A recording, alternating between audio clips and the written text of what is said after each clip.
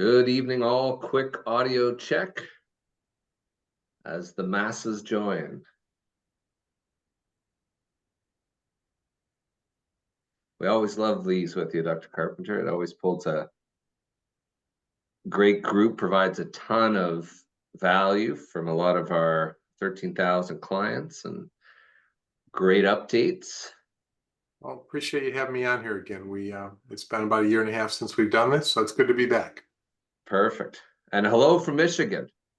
I was with someone there, and what did they do? The first 30 seconds is, well, I'm from, pulls up the mitt. Yeah, guys, and the chat is open. Please text us. Let us know where you are. Ann Arbor, Grand Rapids, Bahamas, bone fishing on a flats boat.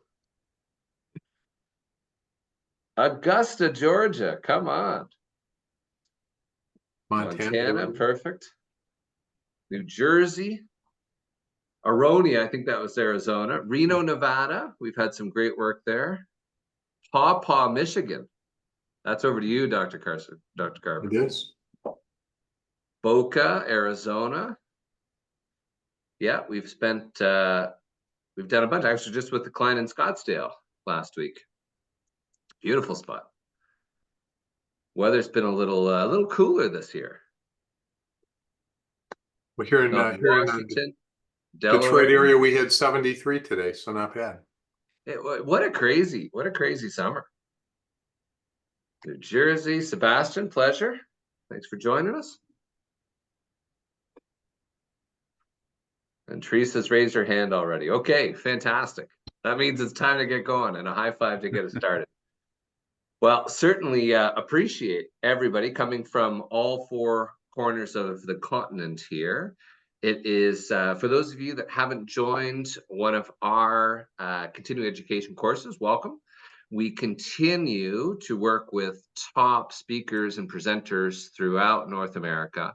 And tonight is certainly no exception, and certainly one of the most relevant topics as we focus on continually staying compliant, being aware of changes in regulations, and really helping to understand some of the risks. So again, to kick things off, first of all, as I always like to share, for all of you practice owners, it is and has been a brutal 3-4 years going through global pandemics, staffing shortages, all the way through now individually, just even now with interest rates going and almost 10xing it has been pretty remarkable as this grow. A couple of quick housekeeping points. Can we send a recording of this webinar so we can share with the team? Yes, we will. This is being recorded, and we will send through a follow-up, and our team will also regroup with you with the individual recordings, and that can be done also on demand, so we can run through the same poll questions and otherwise, and which is what we're going to be doing tonight to help customize it. So great. Really appreciate it. We've got hundreds of people registered for this evening, and I see most have already logged in already. So to jump in, tonight's, again, some fun new content.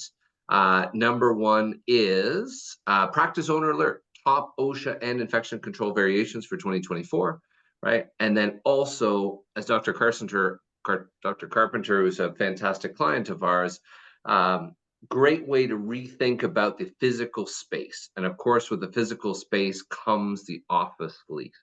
So this comes into the two pieces. In terms of the CE credits, give us, as usual, make sure you've entered in all your information correct. If you are and do collect credits, then there'll be a poll result to fill out at the end of Stefan's section here, first up, and give us about 10 days to process those individual CE credits.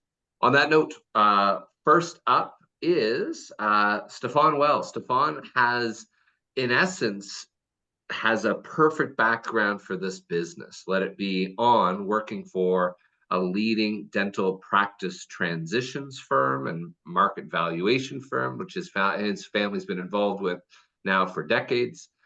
In addition to that, Stefan also comes from an insurance background and how to help individual business owners mitigate risk and to help ensure that they are aware of the importance of those real estate contracts.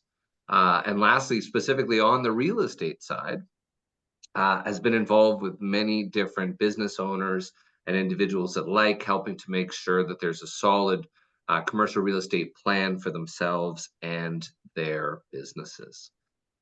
So from there, again, great opportunity. Dr. Carson Carpenter is a true personal friend of mine. Dr. Carson, we've done probably, dare I say, over a dozen of these over the years, and we tend to be traveling together through every major airport as we consistently fight tenaciously for the individual practice owner to help make sure that you're protecting yourselves, help to make sure that not exposing themselves to undue risk, and to realizing that there is a fantastic resource out there. And goes by the mantra of, things that you do 2, 3, 4, 5 times a year, do yourself. Those that you only get involved with 1 to 2 to 3 times in your lifetime, right? Outsource to a expert. So it is my pleasure to introduce Dr. Carson Carpenter and Stefan Wells. Thanks, guys. Thank you, Eric. Appreciate it. And Stefan, I think you're going to lead it off, correct? Yeah, I think we've got Eric's going to open a bit here, and then I'll take over. Perfect. So again, purpose for tonight is lots of change, as we know, compliance, infection control, and the space, right? So we're going to think of some good, creative, out-of-the-box ideas of how Dr. Carson Carpenter and his team have been able to help support clinicians in finding ways with physical limitations, challenges, etc. Let it be Reno, Nevada, Delaware, Montana, right?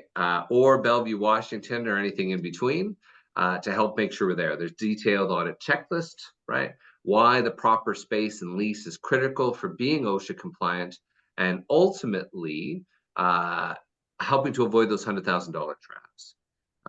On the next is Cirrus. So for those of you that haven't heard of Cirrus, we're pretty unique. We're the only healthcare specialized tenant advisory and lease negotiation firm of our kind in North America. This is it. This is all we do. And as mentioned, we crisscross the country, joining Dr. Carpenter and others to help ensure that doctors are aware of how important the lease becomes. It either becomes the rock solid concrete foundation to build the practice upon, or a crumbling shell that can be costing tens, if not hundreds of thousands of dollars down the road to fix. We've been privileged to have some of our lease negotiators, some with a business background, some that came from a real estate background, some from a legal background. Some have been with us over 21 years and have done well over 1,000 as we continue to build and grow. And a little, a lot of questions we get is sort of, how do we fit, right? Why are we here? What exists? And look, I think fundamentally, the existing space of dental office lease negotiations is fundamentally flawed and ripe for disruption. So we work with top brokers throughout North America. But as most, right, doctors that have gone through this multiple times, including Dr. Carpenter, et cetera, leasing or even buying the real estate and becoming a landlord, right, it becomes important to understand where the money comes from. And if you have a third-party landlord, important to know who gets paid by whom. And the broker is, in essence, paid through an agreement that you, as the net tenant, don't get to see. And in some cases, the more that you spend over the longer period of time, the more that that broker gets paid in commissions, which was Stefan's personal background. So we're always, brokers are paid by the landlord, which obviously then gets built into, one way or the other, the only lead source, revenue source, which is the rent. So again, the challenge can become with the, hey, let's just lock in the financial components before we get into the business clauses, which becomes a challenge. Dental specificity becomes key, right? Especially with OSHA compliance and setups and layouts and flow, right? To even the washing machines components to help make sure that everything's done the right way. So being dental specific for that layout, understanding do's and don'ts and the huge issues can be with the tiniest little misplacement of the plumbing can be devastating, right? In addition to that, again, there's great lawyers out there across the board, But again, without the access to the financial data, without the 13,000 of specific intellectual capital and language that we have, right, it does limit the amount of ability when there's already a locked in deal, right, to try to make those meaningful changes for the leases. So, really, we're the sweet spot in the middle, right? We are the only healthcare specialized tenant advisory and lease negotiation firm of our kind, right?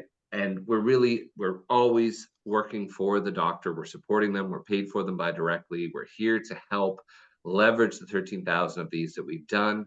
And really just to help make sure that the doctor realize where the risk is and putting themselves into a great frame of mind and peace of mind to help ensure that, again, let's get a great lease done to see us all the way through eventual transition.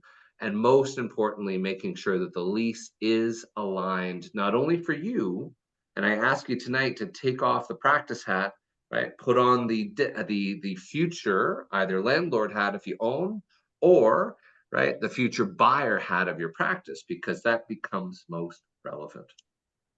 As I pass it to Stefan, the Q&A is open. We'll have some sections towards the end. No problems for being late, Dr. Bill. Q&A is open. We'll, if they are on topic, I'll jump in and share it as the moderator this evening. If not, we do have a section of Q&A towards the end, as we always usually have some great ones. On that note, Stefan, over to you. Perfect. Thank you, Eric. So really, at the end of the day, how do we succeed, whether it's through a lease negotiation or making sure we're compliant? It's about having the correct amount of resources and intelligence behind yourself. So when it comes to real estate, we're the foremost, again, lease negotiation firm, and a part of why we've been so successful is the amount of data we have to back us up going into this negotiation. So we've got an incredible amount of real estate data at our fingertips. Not even just market analysis, what's rent, what are the increases looking like, but we go so far as to understand what are demographics, who's in the area, how much money are they spending on healthcare, what does the population growth look like, all the way to who's the competition around us in any given location. So when helping doctors not only negotiate their leases, but look for new locations if you're a doctor that's just starting off, we've got a lot to back us up and really provide you everything you need in order to make those sound decisions. And on that note too, we've got a quick poll, speaking of customization. So give us a little bit of background on yourselves, right? So we can help to cater Dr. Carson and Stefan's components here. Do you own or do you lease your space? Number one, right? What best describes your situation? Is it, what I'm planning to stay put, make sure I'm OSHA compliant, or am I to the point where I realize I'm going to need to potentially open or relocate my clinic, right? Your lease, that's a big component in terms of leverage. If the landlord talking on the plane next to a dental group that had 10 different locations and they're forcing them to pay $40,000 to upgrade some of the plumbing. So that's number three. Number four is your goals. Do you plan to start or buy a new clinic? And then there's a great section here, if you haven't before, to have a quick consultation with Cirrus, as well as Dr. Carpenter and his incredible team across the country. Perfect. So just quick updates. Looks like a couple over 100 have updated. Looks like about a third, gentlemen, in terms of lease and own. In addition to that, from a comparison, transitioning represents about 21%. Thinking of transitioning or selling, Dr. Carpenter, from that perspective, another about 8 to 10% planning to open or relocate. Another 6% looking to acquire, and about 26% own. Many of which with a lease either month to month or within the next 2 years, represents about 17%, Stefan. Perfect. Okay, great. I'll keep that open for another second. And yes, certainly looks like there's some great components for Dr. Carpenter. There'll be a second poll here that we can dig a little deeper, and there's some great resources from both Cirrus on a new practice checklist, as well as Dr. Carpson has as well. Perfect. Stefan, back to you. Perfect. So really what at the end of the day is a lease? Is it just a few pieces of paper that we sign when we're starting our practice and put in a drawer and never look at again? When it comes down to it, a lease at the end of the day is a check. And it's really probably the biggest check you might write, aside from maybe buying your first house. It's a massive financial commitment that you're making to the landlord. Now, when looking at that financial impact of your lease, this is a bit of a breakdown and example. So for this example, we're using a roughly $5,000 a month lease. So that's your monthly expenditure for your rent. It's $5,000, and we're placing at a very liberal 3% year over year, or sorry, I'd say conservative 3% year over year increase. Now, just a quick note on those increases and what a lot of doctors right now will face when they are coming up to that renewal or again signing their first lease.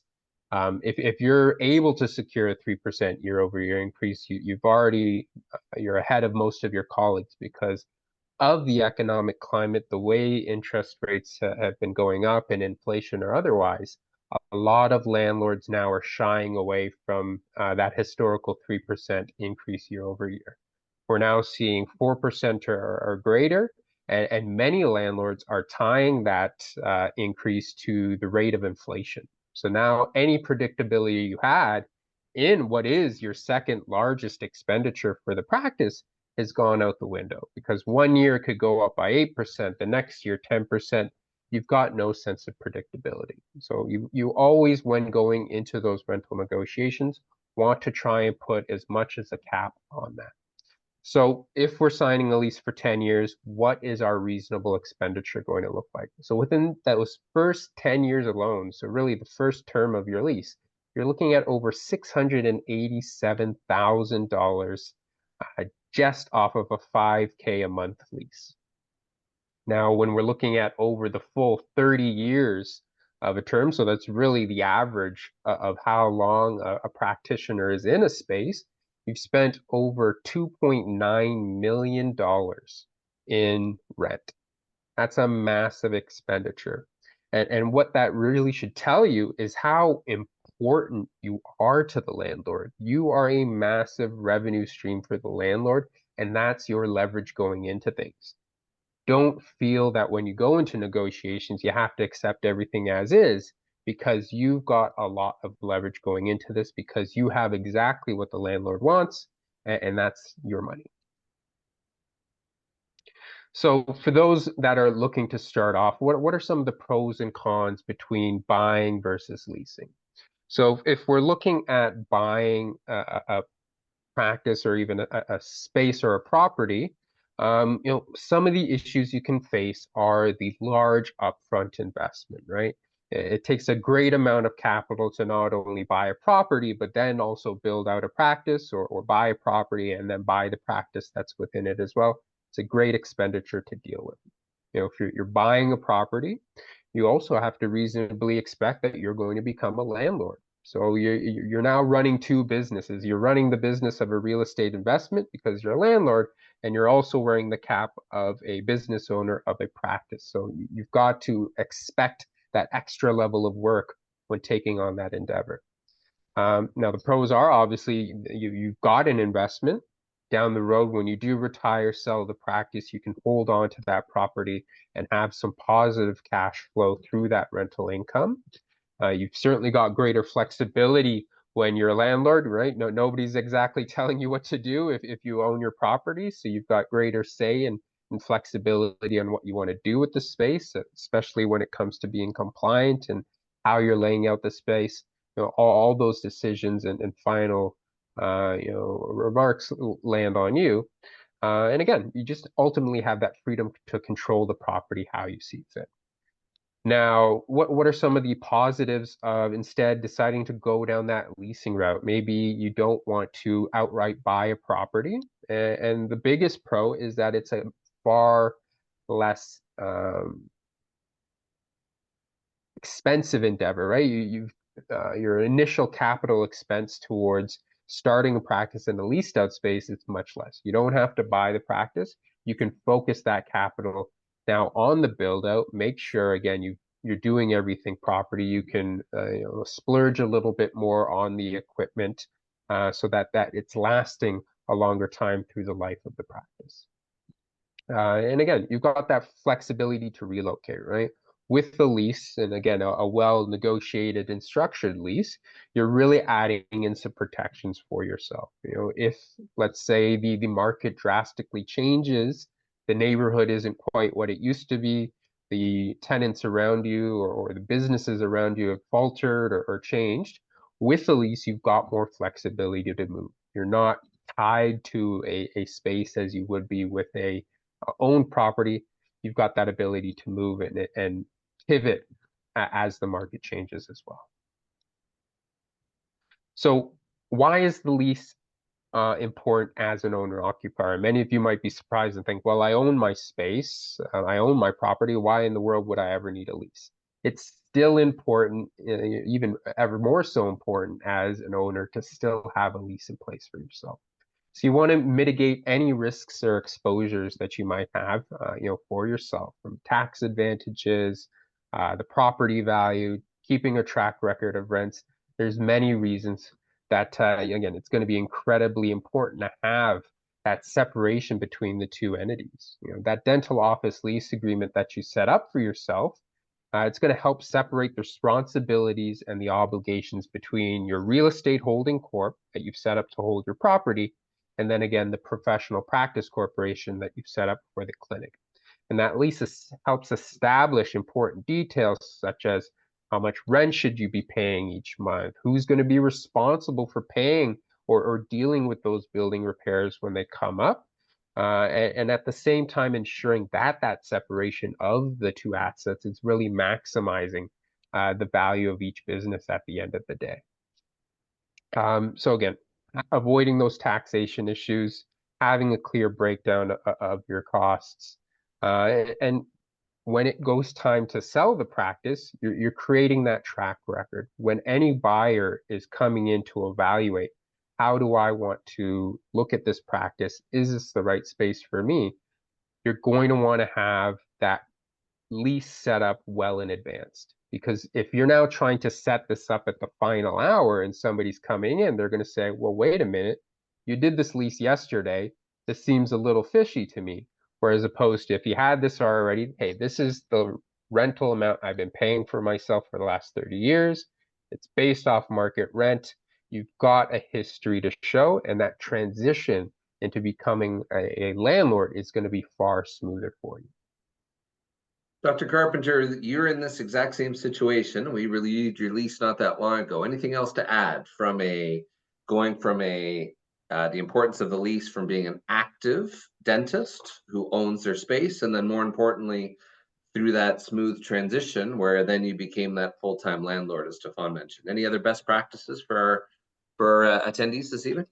Well, I'll tell you, Eric, to me, there's so many that I don't think I could go over them all. All I will say is the best thing I ever did was have you guys look at the lease. As I switched, I was the building owner.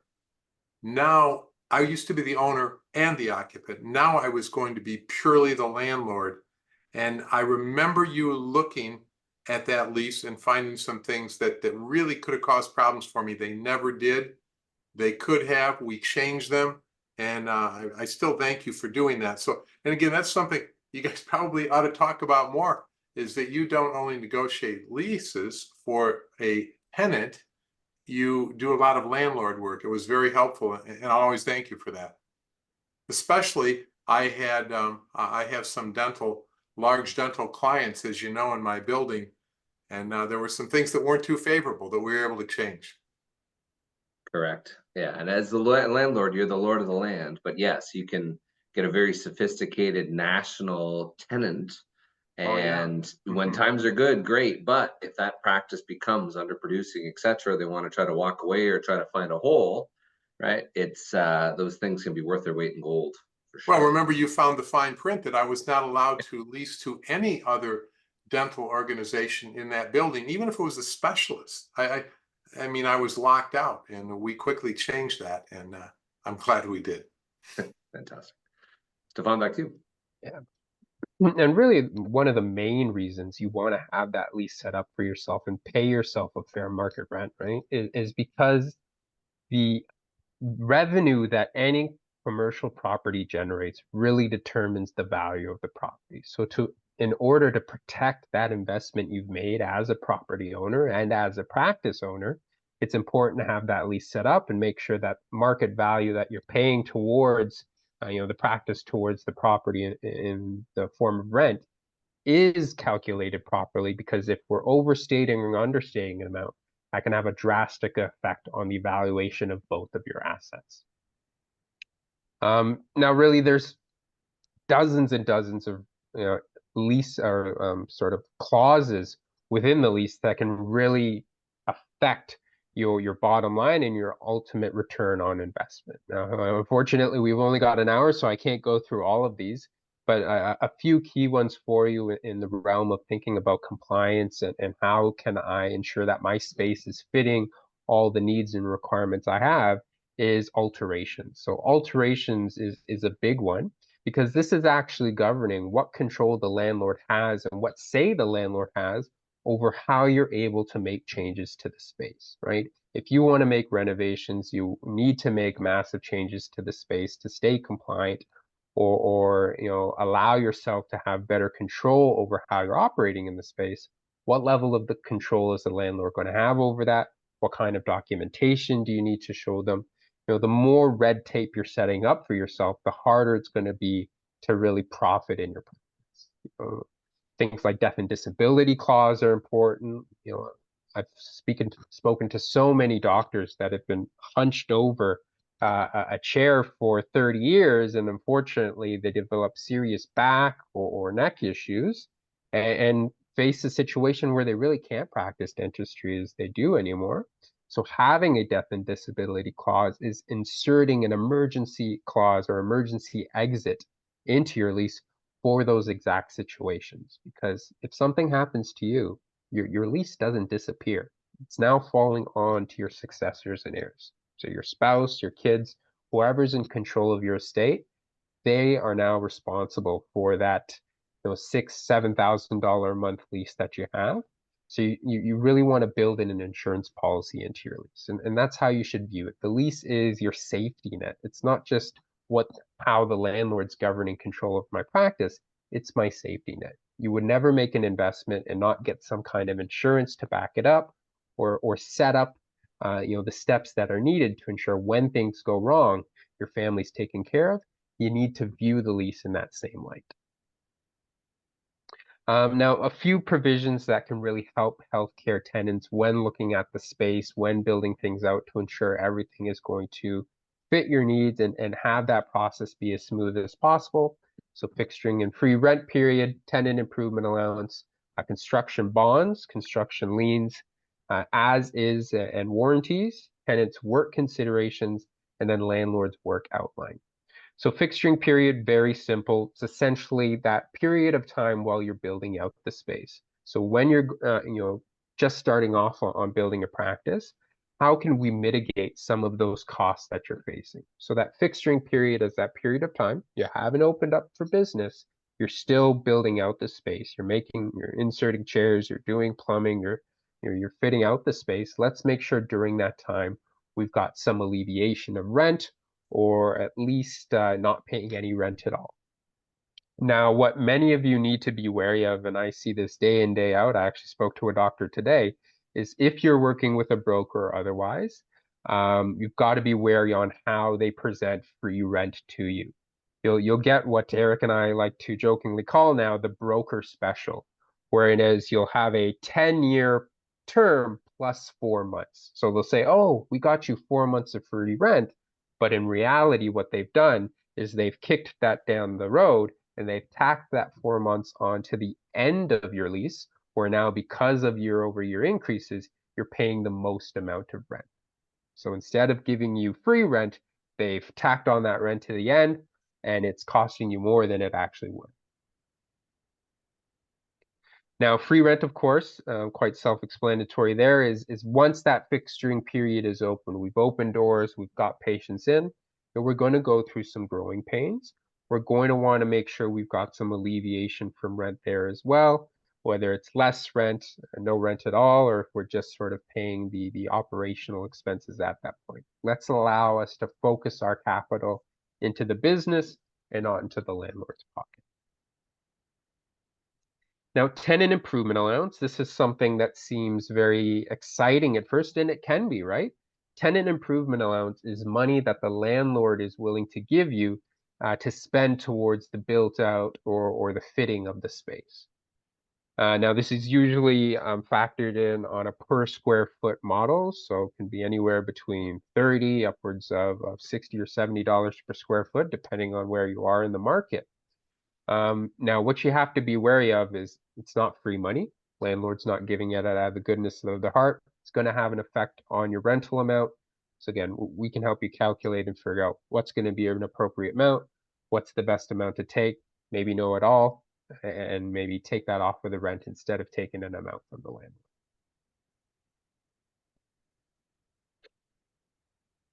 So usually there's some stipulations on how that's paid. Got to make sure all the contractors are paid in full, can't be in default. Usually there'll be a schedule on how that's paid out, and it'll vary between leases on how that's done.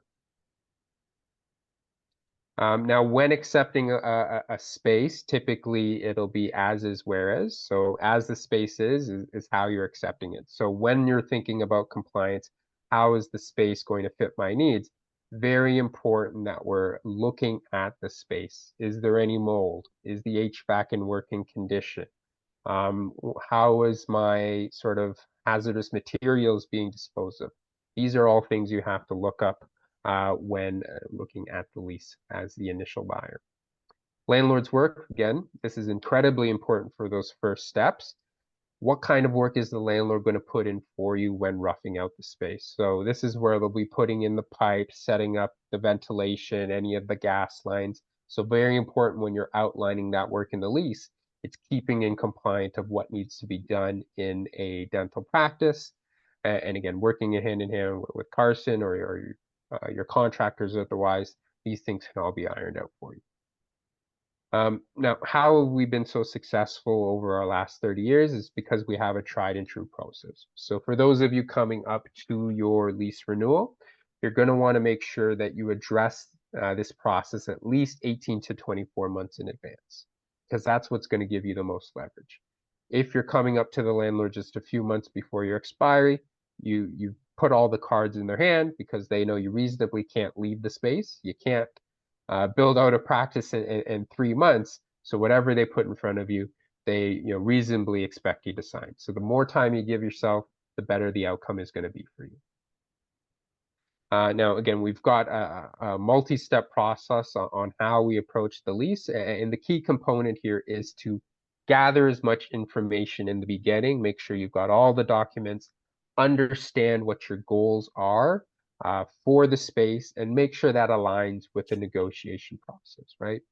Do all the front work, prepare yourself, and only once you've got all the information at hand should you really be engaging with the landlord, because that's what's going to give you the most amount of success.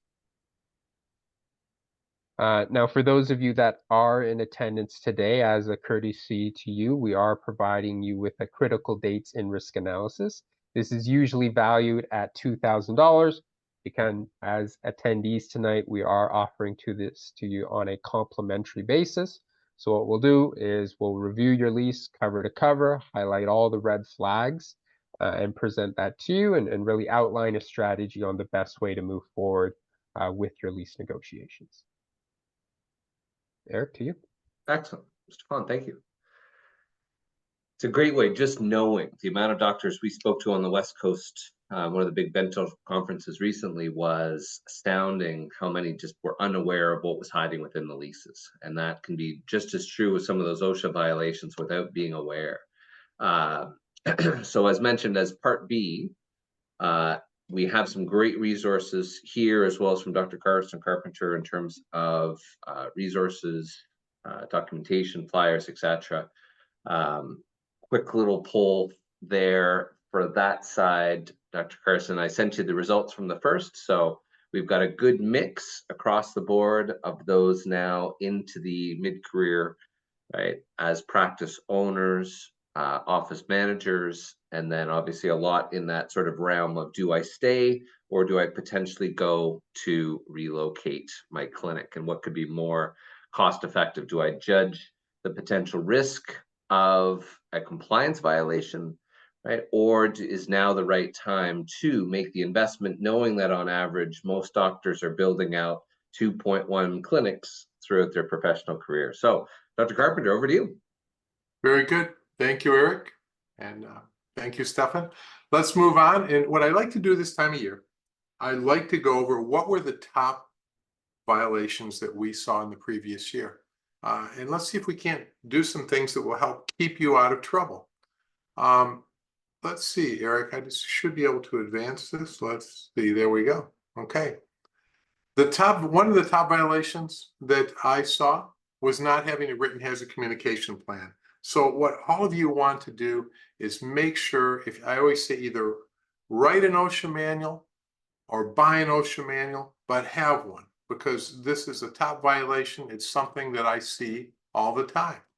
I will tell you that in it, there needs to be a written hazard communication plan. Very important that everybody understands how your safety program with chemicals works, how they can access data sheets, what type of personal protective equipment, how they can receive training. Now, when it comes to the hazard communication standard, and again, these are all things that need to be in this written manual. This is something that is known as the right to know law. Every OSHA inspection that I have seen in 2023, they looked for this. And some of the things that you need to know are, do you have a hazardous chemical inventory? So do you know what chemicals you have in your office? Do you have safety data sheets for those? Do you have proper labeling of chemicals?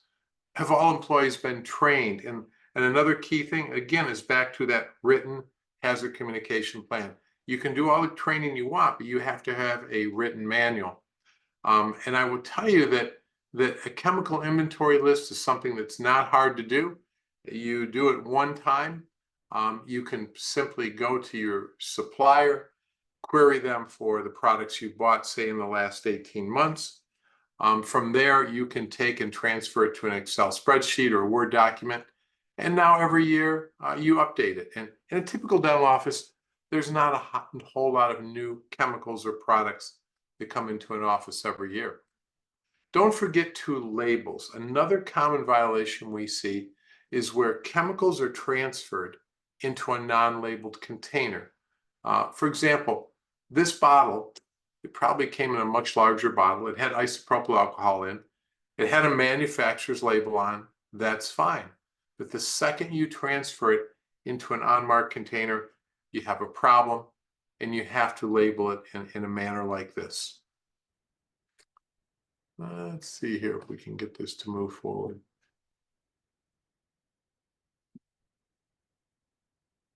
Eric, maybe you can advance that for me. It's not advancing.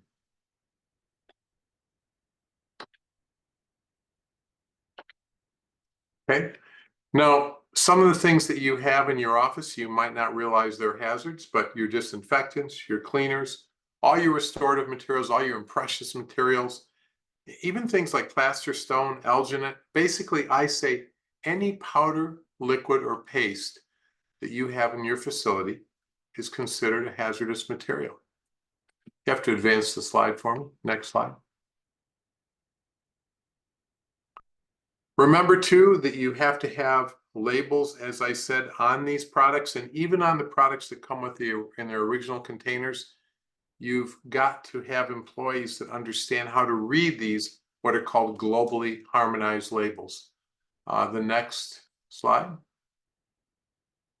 And you can see they all have product identifiers, signal words, pictograms. I would certainly make sure that everybody's educated how to read these. One of the first questions OSHA would ask you in the event of an inspection. Next slide. These are the pictograms everybody needs to be familiar with. Too many times I see an inspector come in, they show these pictograms on labels to employees. They don't know how to read them. A simple thing, but a violation. Next slide. So as I say, either buy an OSHA compliance system or design one yourself, but have one. You'll always be asked for this in the event of an inspection. Next slide. You know, it's interesting. The way Eric and I and Cirrus became involved was my frustration with doctors who truly wanted to be in compliance. But they couldn't do it because they didn't have the right facility. Either they didn't have space to train, they didn't have an operatory that was properly designed or large enough. They didn't have a sterilization lab where they could put in that extra autoclave that they needed because they needed excess capacity that they didn't have, or they didn't have room for an instrument washer, or sometimes they didn't even have room for an ultrasonic instrument cleaner or a second one if they needed it. And that's how we originally got talking about this, didn't we, Eric? Is my frustration with doctors who wanted to do the right thing and didn't have a properly designed space and had a very difficult time getting in compliance. Another big violation, it's simple, safety data sheets. You've got to have safety data sheets for every product in your office, and make sure that you download these and print them, or download them and they live on a laptop in your office. Because if you think that they will accept your answer being, oh, a safety data sheet, I just go to a website if I need it in an emergency, that will not fly. So make sure you have all these for every product in your office. And the next slide. Another big violation that I see is simply not having an eye wash. Now, you could go to the next slide. Many of you do have an eye wash, but what you might not know is that OSHA requires you to activate that and inspect it weekly. Not a difficult thing. If somebody is in charge of OSHA in your facility, we're talking about a 15-second a week inspection. You turn on the water, you pull the button, the green caps pop off from the flow of water, done. Simple as that. If you don't do that, these eye washes will fail. Remember, this is a documented inspection. You need to do this every week. You need to document it, or it's a violation. Simple stuff. Next slide. Another one that I see that we don't want to miss is not offering the hepatitis B vaccine to your employees. Now, what you have to have is either one, the vaccine, proof of the vaccine, so an immunization certificate, or you need to have them sign a declination form saying that they don't want that. You must have one document or the other in every employee record. Because remember, hepatitis B, we all know the problems with hepatitis B. It can live for a week on your dental unit. It's very transmissible. And because the immunization is available, if you're not providing it, it's a violation. The next slide. Now, what are the requirements actually for hepatitis B immunization? Well, first of all, understanding that it's something that you must offer at no cost. And again, that any employee who doesn't want it, you need to dive deeper and say, why is it that you don't want it? It may be that they're anti-vax. Well, you need to educate them. This is a vaccine that's been around a long time. It prevents a dread disease. It may be that they just have had the vaccine already. It typically only needs to be done once in a lifetime. They don't want to have it again. That's fine. But now they've got to sign that declination form. Keep in mind, too, that if your employee says, look, it's been a couple years. I know you offered it to me. I didn't get it. Now I want to get it. You need to provide it. People, in fact, I saw a question tonight. Someone asked about boosters. There's no need at this point for hepatitis B immunization boosters. It tends to impart lifetime immunity for people. Now, I'm not going to read this, but I just want you to see that you have to have the specific language, and you've got to have a declination form that specifically says these things and have this signed. Again, a simple thing. When you don't have it, it leads to a violation. And of course, you'll have this because, am I right, Eric? They will have a copy of this presentation available if they would like. Correct. Also, as part of the course tonight, we are providing all of you with a detailed OSHA audit checklist for your office and a detailed infection control audit checklist for your office. You're going to want to do these things once a year. Every year you're going to want to go through this list and see where you're in compliance and where you're not. Next slide. Now, here's another one. This is one that people often don't realize they need to do, and that's providing baseline TB testing for all employees and new employees. Next slide. How's tuberculosis spread? It's not a bloodborne disease. It's a respiratory disease. It's what's considered an airborne disease, spread much like COVID, right? From inhaling respiratory droplets, from people who cough or sneeze or laugh. Next slide. Now, there's two types of TB conditions. Now, one could be TB disease. The other is latent TB. In latent TB, these patients are infected with the bacteria, but these bacteria aren't actively reproducing. Therefore, this patient or employee is not infectious. Now, if they have TB disease, they're very infectious. They're typically symptomatic. You can't treat them in your office safely. They can't work in your office. So you can see why it's required that we do a baseline TB test for all employees. And what are signs, or I should say, what are symptoms of TB? Really a lot like COVID or other respiratory disease, but fatigue, fever, weight loss, night sweats, typically a chronic and productive cough. In other words, coughing up blood and mucus. Next slide. Fortunately, in dentistry, is what is considered a low-risk facility. That means it's unlikely we're going to see TB patients, particularly with the really excellent screening we do now post-COVID for respiratory disease. This means that we only need to have a one-time baseline TB test. Whereas if you and I worked in a hospital, we're more likely to see TB patients. Now we're in a medium-risk facility. We need to have a TB test every year. Not the case with dentistry. So what do you want to do? If you suspect TB, you need to defer treatment on that patient. We can't treat them unless we have things like negative air pressure rooms, UV irradiation of the air, HEPA filtration of the air. So we don't have that in our office. We can't treat those people. But remember, if you have somebody who shows up, they're symptomatic, keep them masked, move them away from others. Always make sure that you have things like alcohol hand rub and tissue and no-touch receptacles for that tissue in your waiting room. And refer these people, make sure they're cleared before you treat them. Next slide. Another very simple thing is simply not remembering to train employees. Next slide.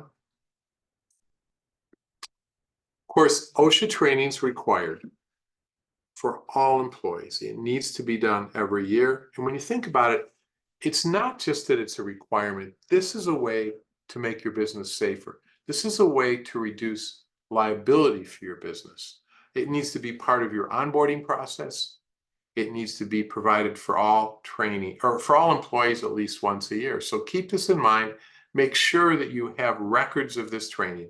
Make sure it's documented, ideally by a third party, the dates of that training, what the summary of the contents, who conducted the training. Keep these records for 5 years. I will tell you that OSHA inspectors are usually quite fair and reasonable, but they expect you to have training records. Another common violation that I saw last year, imagine somebody got a needle stick, scalpel blade cut, something of that nature, an exposure incident of some type, and there wasn't post-exposure treatment provided, or there wasn't proper follow-up. So next slide. So here's what our requirements, our obligations are as employers. We need to provide post-evaluation and follow-up treatment free of charge to anybody who experiences an exposure incident. We're talking about a splash of blood to the eye or the mouth, a needle stick, a scalpel blade cut. Typically for us, it's going to be a needle stick. If you have one, notify your supervisor and of course notify whoever's in charge of OSHA in your office. Wash that area with soap and water. Nothing more needs to be done there. If it's in your mouth or nose, which of course the mucous membrane, flush that area with water. If your eyes are splashed, make sure to irrigate your eyes for 10 minutes. Next slide. And of course, what comes next is the written incident report. Make sure you have these forms in your manual. I have seen lack of these precipitate many an OSHA inspection. Imagine an employee gets a needle stick. You're not prepared. You don't have the forms to fill out. They know that documents need to be filled out. They know it's their right to be sent to a healthcare facility. So make sure you have forms that document how did it happen? Who was the employee exposed to?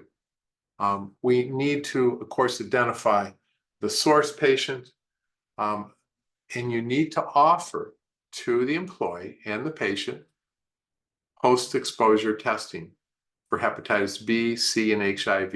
I highly recommend that you have picked out an occupational medicine clinic in your area where you can send them to have this collection and testing of blood done. They can then take care of any preventative measures, any post-exposure counseling, and they're going to follow up any reported illnesses over the next number of months. Again, have these forms ready to go before an accident occurs. Now, after the employees receive this follow-up, you're going to receive a written opinion from that doctor or from that clinic. And it's basically going to say, look, we've treated the employee. They're either allowed to come back to work or not. Typically, they can come right back to work. And that we are going to be following them up. And if any further treatment is required, we'll take care of that. Now, at that point, you can more or less wash your hands of it, which is what you want. Next slide. Next, not having a written exposure control plan. Next slide. I mentioned that for hazard communication, for chemical safety, you need to have a written hazard communication plan.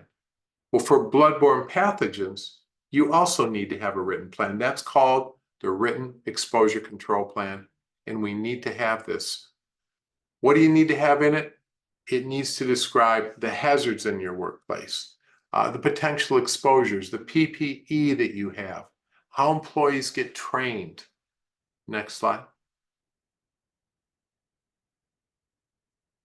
It's also going to go over the standard precautions you use in your office, the engineering or mechanical controls you have.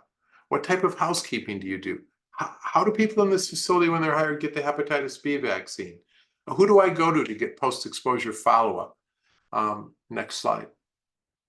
So this is really a great tool when you bring on that new employee.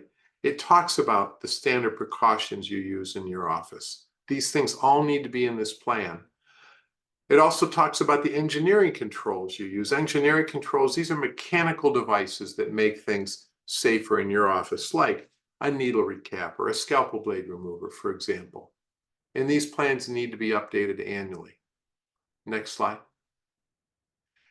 You need to have a housekeeping schedule posted in your office. Another common violation that I see. Next slide. This is what one looks like. Simple. It needs to be part of your OSHA compliance manual and posted on the wall. Basically talks about what do I do between patients, or daily, or weekly, or monthly. A written document that needs to be there. Next slide. You need to know how to handle regulated waste.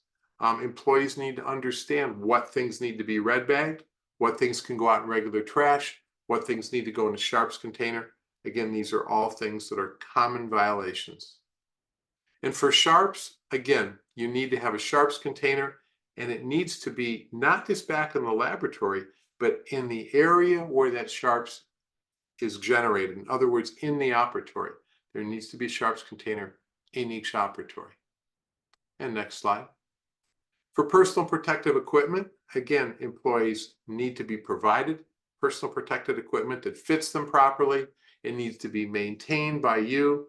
They can't take it home to launder it. It needs to be laundered in the office or picked up by a laundry service.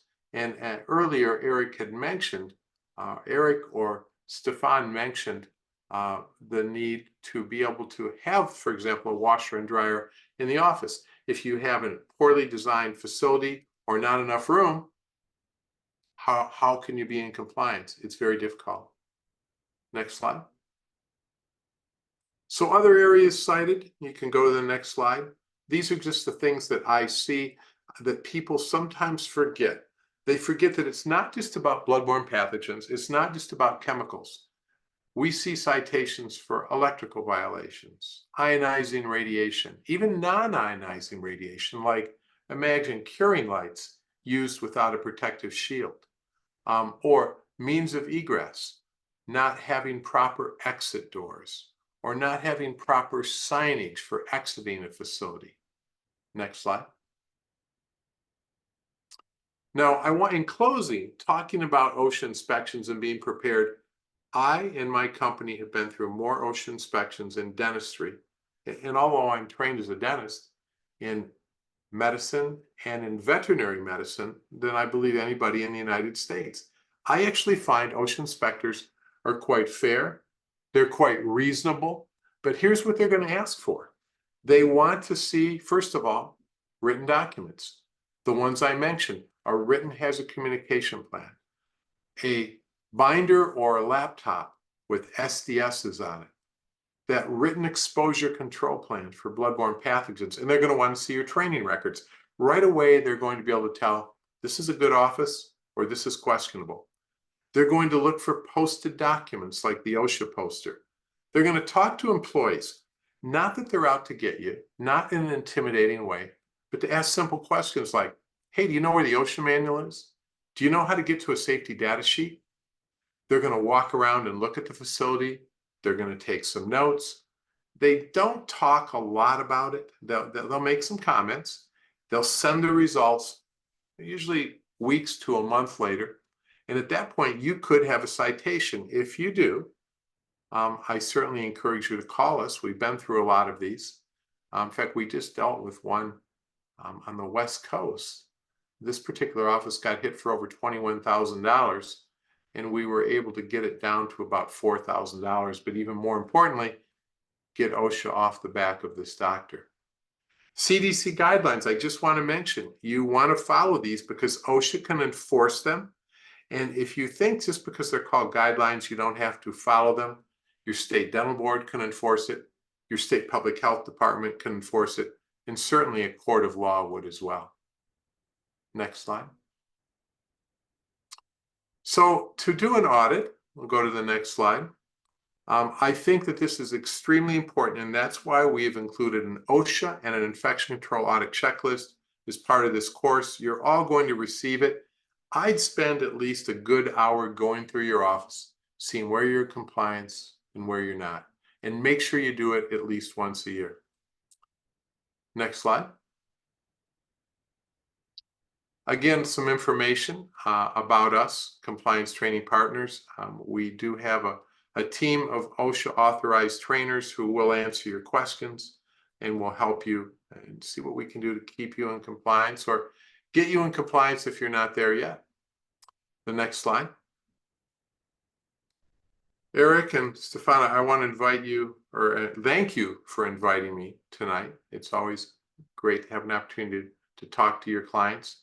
I know that it was a short session. It was just a 50,000-foot view, but I think between what you learned tonight, what you learned about how it's important to design a facility that you can put into compliance, and also using the audit checklist that we provided, I think you'll be on the road to compliance in short order. With that, gentlemen, are we going to take any questions or we'll throw it out to some Q&A indeed. And it's true, documentation, right? Running yourself through the pre-audit, right? Much easier for you to have, right, compliance training partners helping to go through, in many cases, put you through the paces more than what may perhaps even the inspector would. And similarly with the lease, right? To go through the lease and to make sure you know exactly where all those red flags are. I always like to say, Eric, it's not because we're so smart, it's because that's all we do, right? That's what we're focused on. We're focused on it. That's what we specialize in. And if you have time to do it yourself, that's great, but a lot of experience here. By the way, one question I did see, a couple of them came up, is again, where do I get this OSHA audit and infection control audit checklist? That'll be sent to all attendees, am I correct? Correct. Post course. Yeah. Yeah, we'll follow up with each of you individually and happy to facilitate that via email, as well as demographics. There's been some requests for, as Stefan mentioned, all that real estate reports. We're happy to do that as well as part of that complementary analysis that it looks like at least 43% of you have registered for, and equally for some follow-up with compliance training partners. So one question that came through, Stefan, was specifically here about that we had answered live. My dental practice and space are in the same company. Do I still need a lease? Stefan, over to you. So yes, certainly still important to have a lease in place for yourself, and really we would probably suggest you speak with a lawyer on looking at separating those two entities, because the amount of liability that you can really expose yourself by having both of your businesses under one entity can be quite scary, actually. If there's any sort of slips and falls on the practice or otherwise, let alone that be a health and safety issue, now where is that liability being pointed towards? So the more separation you can create between your two assets, and the more guidelines that you can place to ensure whatever issue that does arise, you've got this lease as a middleman between two of your businesses, and it's really governing what happens in any of those situations. So now there isn't any he said, she said, when you do become a landlord, or if you are the owner occupier, you already know which one of your entities needs to take care of those responsibilities. I would just add that of the 27% of you that own your own building, if it is in the same corporation, depending on if it's Canada, the US, or what part of the continent you're coming from, it is definitely a great time to have that conversation with your accountant, because most will advise that, especially if you've still got some good runway in your career, to separate those two entities. Because just like Dr. Carpenter, you may want to just sell the clinic and maintain the asset as a passive form of income post sale. To do so, obviously that separate entity is key. That non-arm's length lease in between the two becomes very important, and to make sure you're paying yourself fair rent. So for those 27% that do own, the lease can become very important, tax audits, etc., and just overall transition planning to maximize value of those two assets. Perfect. Yes, CEs, if I mentioned before, typically will be issued about 10 business days afterwards. And in addition, a few other active follow-up questions. Dr. Carpenter, do we need a code for the CEU? I believe that did Rebecca provide, is the CE being issued through Verisonic? I'm not sure, but we can certainly follow up. Yeah, with, no code will be needed. That shouldn't be a problem at all. Yeah, correct. Shouldn't be a problem. Great. From Dr. Bill, thanks for the great seminar with leasing and infection control guidelines. Thank you, Bill. No problems for being a few minutes behind. We appreciate it. So one question from Dr. Jen. Can you please discuss more details about the death and disability clause, Stefan? Yeah, certainly. So where I mentioned the assignment clause kind of deals with how a planned exit is going to happen. So what control does the landlord have over the sale of the practice? A death and disability clause is really your emergency exit. So heaven forbid something happens to you, whether it's a physical or mental incapacity that doesn't allow you to practice dentistry as you do today. Like I mentioned, I've spoken with many dentists who unfortunately have been hunched over a chair for many years and developed serious back issues or severe carpal tunnel from repetitive motions. And find themselves in a position where they can't. So that death and disability clause, really something we pioneered here at Cirrus, is almost like an insurance policy built into the lease. So if you do find yourself in that worst case scenario where you can't practice, or even worse, you're to pass away and now everything falls onto your estate, it's going to give your estate or yourself a way to exit the lease, whether it's through some kind of financial penalty or otherwise, if we're not able to sell the practice. We never want to find ourselves in a position where we're stuck paying rent and we've got no way to generate that revenue to pay for those expenditures. Perfect. It's just it's the little things you never want to think about, right? In all these sort of specifics and details, and it can certainly seem overwhelming. But the first step is knowing, and then number two is, right, for either of our companies here that deal with these sorts of things all day, every day, what might take you 3 hours to try to review and look through and try to find certain red flags could take us 5 minutes, and that's, no discredit to your ability to read the lease or training manuals or compliance training manuals. It's just the experience of handling through these core components, which is great. Thank you, Stefan, from that. And yes, correct, no code for any CEU. Perfect. And yes, those will come by email afterwards. Great. We are a few minutes over with some great Q&A. Any final guidance, Dr. Carpenter, for, again, those we have over 3/4, 13% are office managers, employees. The rest are dentists, 65% dentist and practice owner, 3% practice owners, non-dentist, and 19% as a dentist, non-practice owner. Any other key guidance for each one in that it's vertical? just something to get started on. Make sure you appoint somebody in the practice to be in charge of OSHA. I trusted clinical person, so a trusted assistant or hygienist or office manager, and have them start to use the audit checklist. It's really as simple as that. That's how you get started. It's not that difficult. OSHA's not unfair, but these are things we've got to do. So get started. Get started this week or next week. Perfect.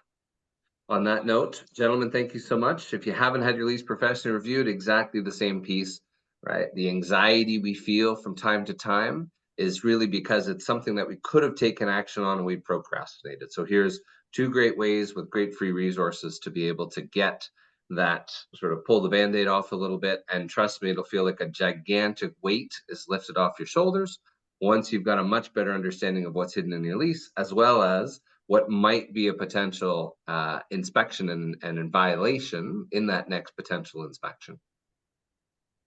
Perfect. On that note, thanks for inviting me, Stefan, and It was a pleasure having you. appreciate it, and I'm sure I it. look forward to doing it again. Perfect. Indeed. Have a great Thanks, night, guys. everyone. Good Have night, a great day. everyone.